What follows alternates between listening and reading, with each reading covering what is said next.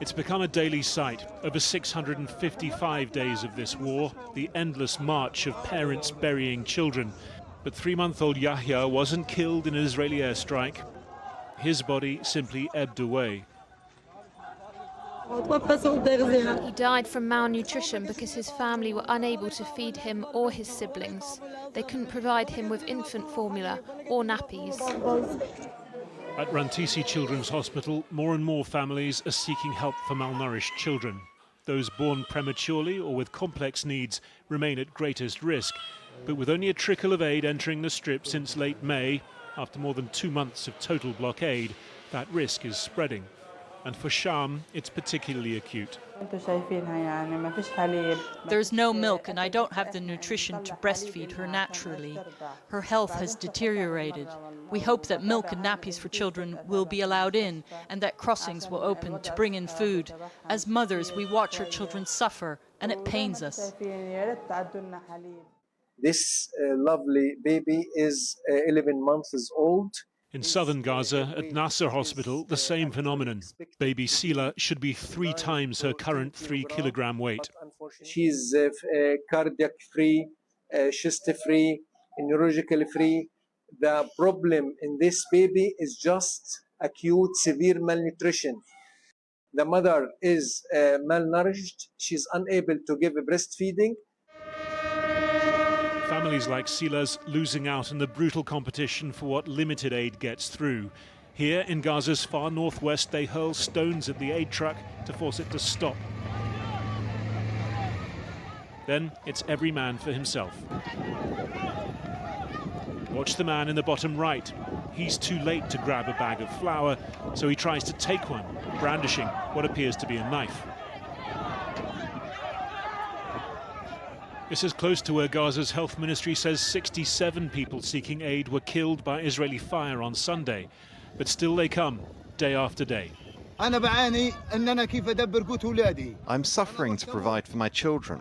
I went to death to get a bag of flour for them. A truck wheel almost ran over my head, and I was injured when I got the bag. Desperation still at the remaining soup kitchens, reliant on traditional aid mechanisms.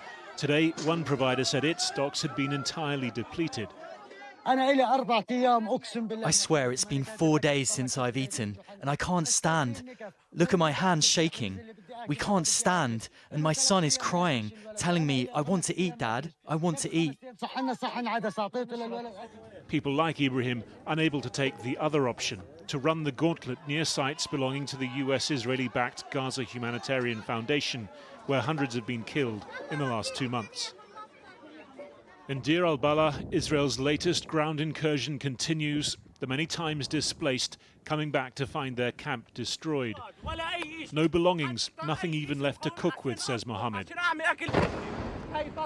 And look, they're still bombing us. It's hard to imagine life breaking down yet further in Gaza, but people talk openly of competition to survive, of sadness at having to refuse others the help they would once have given. One more thing to add to the list of what's been lost. Harry Fawcett reporting there. Well, joining me now is Olga Cherevko, the spokesperson for the United Nations Office for the Coordination of Humanitarian Affairs on Gaza. Thank you so much for joining us. The UN Secretary-General says life in Gaza is a horror show. What are your people on the ground telling you? Thanks, Jackie. Yes, it's quite accurate. I think we are increasingly having difficulty describing the catastrophe that is on the ground. And every time I leave Gaza, just even if it's for a few days, once I get back there, I'm horrified at how much worse it had progressed. And now the situation seems to be deteriorating even at a faster rate with these reports of people, children and adults dying from hunger. And of course, as we've said for many months now, malnutrition rates have been soaring for over 4 months. And everywhere you look and everyone you speak to asks, the first thing they ask for is food, and they tell you that they haven't eaten, some of them for days. Many of them are prioritizing their children, and they really don't know what tomorrow will bring or if there will be a tomorrow at all. On that issue of the death toll so far from malnutrition, it has included a number of children. But is the risk of malnutrition confined to children and people perhaps with vulnerabilities, or does it go much wider now? I mean, primarily, of course, it still affects the most vulnerable groups, but the risk of starvation is very real for most people now. And I can tell you for a fact that every time I look at my own friends, if I don't see them for a few days, they will have gotten much thinner, and I hardly recognize them anymore these days. Because that is one of the extraordinary elements of the reports coming out now, that it's doctors, nurses, humanitarian workers who are all also struggling to feed themselves, which makes dealing with the crisis very difficult, doesn't it? Exactly. I mean, everyone in Gaza is working under immense pressure and, of course, are affected in many similar ways as most people in Gaza are. And of course, they're affected by also the displacement orders, and our operations are constrained and further restricted by these orders and by the operations that are ongoing. And of course, the lack of food, which is one of the main crisis points there. I mean, we see day after day and hear of terrible scenes at the food distribution centres run by the controversial Gaza Humanitarian Foundation. How is all of that playing into the issues of how much food is getting to people? Well, I mean, all you have to do is look around and to see that the situation isn't actually getting better. It is getting worse, and clearly people have been stripped of every shred of their dignity. They are faced with a choice of, it's not a choice, the only choice they have is either starve to death or risk their life to find food. And I've spoken with many people who have told me that they cannot bear the thought of watching their children starve in front of their eyes. And so this is why they resort to this option. I mean, Israel denies that it's responsible for shortages of food. It's actually accused the UN of failing to protect the aid and allowing it to be stolen by Hamas. What's your response to that? Well, if we look at the situation that we had on the ground during the ceasefire, when ample amounts of supplies and aid were entering, and when conditions on the ground were such that they allowed us to distribute this aid quickly and effectively and safely, it shows you that if these conditions were in place, we would be able to repeat that again. And this is exactly what we're asking, because right now these conditions are not in place. And for us to pick up some cargo from the platforms requires, of course, very close coordination with the Israeli authorities and with the troops on the ground, who have to themselves pause the fighting for us to maneuver between that. And that sometimes means waiting 16, 18 hours in a vehicle to move from point A to point B, and then further along, and of course along much destroyed roads and so forth. OK, we're going to have to leave it there. But Olga Cherevko, thank you very much for talking to us. Thank you. Thank you, Jack. Now, the Foreign Secretary has been announcing sanctions against those involved in people smuggling as part of an attempt to reduce numbers crossing the Channel. I spoke to David Lammy earlier, and we started by talking about the situation in Gaza. Foreign Secretary, can I begin by asking you, is what is happening in Gaza illegal? I made an assessment back in September that there was a clear risk of international humanitarian law. Since then, the situation on the ground has got worse. And so I am concerned that there are crimes being committed against humanity. So you're concerned that they may be, or that there are? We know that children are being killed queuing for water. They are dying with plastic bottles in their hand. Women are dying waiting for food. Is it illegal right now? My responsibility as Foreign Secretary is to ensure that the UK is not complicit in any acts that could be a breach of international humanitarian law.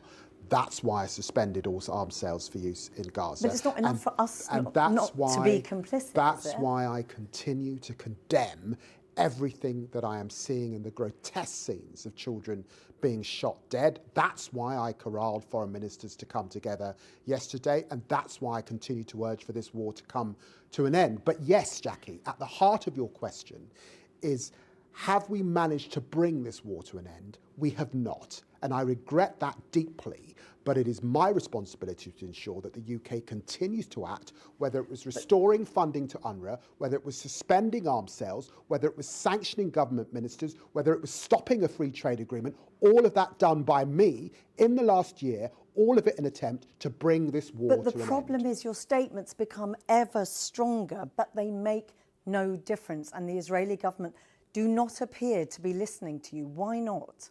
Part of what I do is make statements, and part of what foreign ministries do is make statements, but we also act, and I've just explained to you the way in which we've acted. But those consequences haven't been enough, have they? Yes, because your viewers well know that the UK alone cannot bring this war to an end. We have to act in concert with others, and we are doing that. And but by the could way, you do more? Could there be more consequences attached to your harsh words? And we sanctioned ministers, we sanctioned settlers. There's no more free trade agreement. We've done a lot just in the last few months. And, by the way, yesterday's statement said that we will act if we do not see this war come to an end. But British factories continue to make the parts that keep the jets which fly over Gaza in the sky. You say, if the war doesn't come to an end, you'll do more. What will you do? Let me be clear about this. We banned all arms sales that could be used in Gaza. They're banned. 30 licenses out of 300? Let me finish the point. We are not also sending any direct parts to Israel for F-35s that could be used in Gaza. What we have not been able to do is withdraw from the global supply chain for some parts that might find their way into Gaza, because that would bring down F-35s all across the world, and we're not prepared to do that when there are conflicts in Europe and when we have to keep our people and other Europeans safe. But I am absolutely sure that we are not selling arms that could be used in Gaza. And briefly on this one, the Israeli government say your words, your statements embolden Hamas. Well, I think I reject that. Of course Hamas do use people as human shields. Of course Hamas are playing havoc with the chaos that we're seeing by Israel. But let me be clear, the Israeli government controls who gets in, who goes out, where people live. They're restricting people to 15% of the Gaza Strip, and it's Israel and the government that has to take responsibility for that. OK, all of this speaks to the effectiveness of the UK government. Your new plan today to sanction the gangs, we're seeing 23,000 people crossing the channel. That's up 50%. When will your plan make a difference? I'm announcing today, for the first time in history, a sanctions regime that deals with the men in suits behind the smugglers, behind the fake passports, behind the engines, the enablers, the accountants, the lawyers that enable that to happen. I hope that others in Europe and the G7 will join me so we can act in concert. I don't say it's a silver bullet.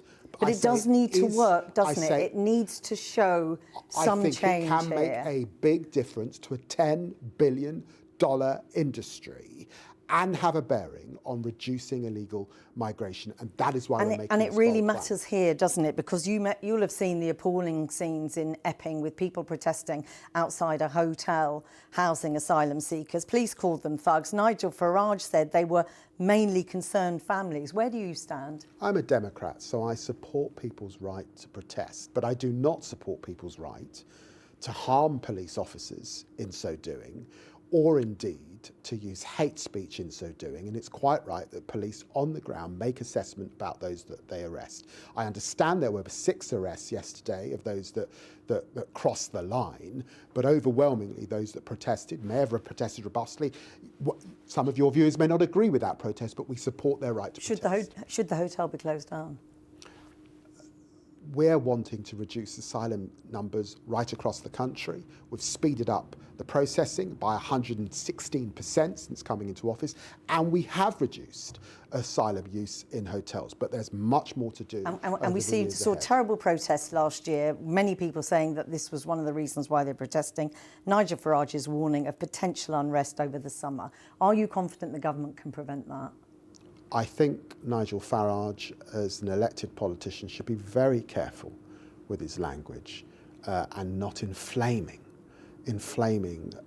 egregious behaviour that might lead to police or others being injured. Are you confident that you can keep a lid on this over the summer? Well, of course, working with our police service, we will do everything we can to keep our people safe wherever they are in the country. David Lemmy, thanks very much for talking to us. Thank you.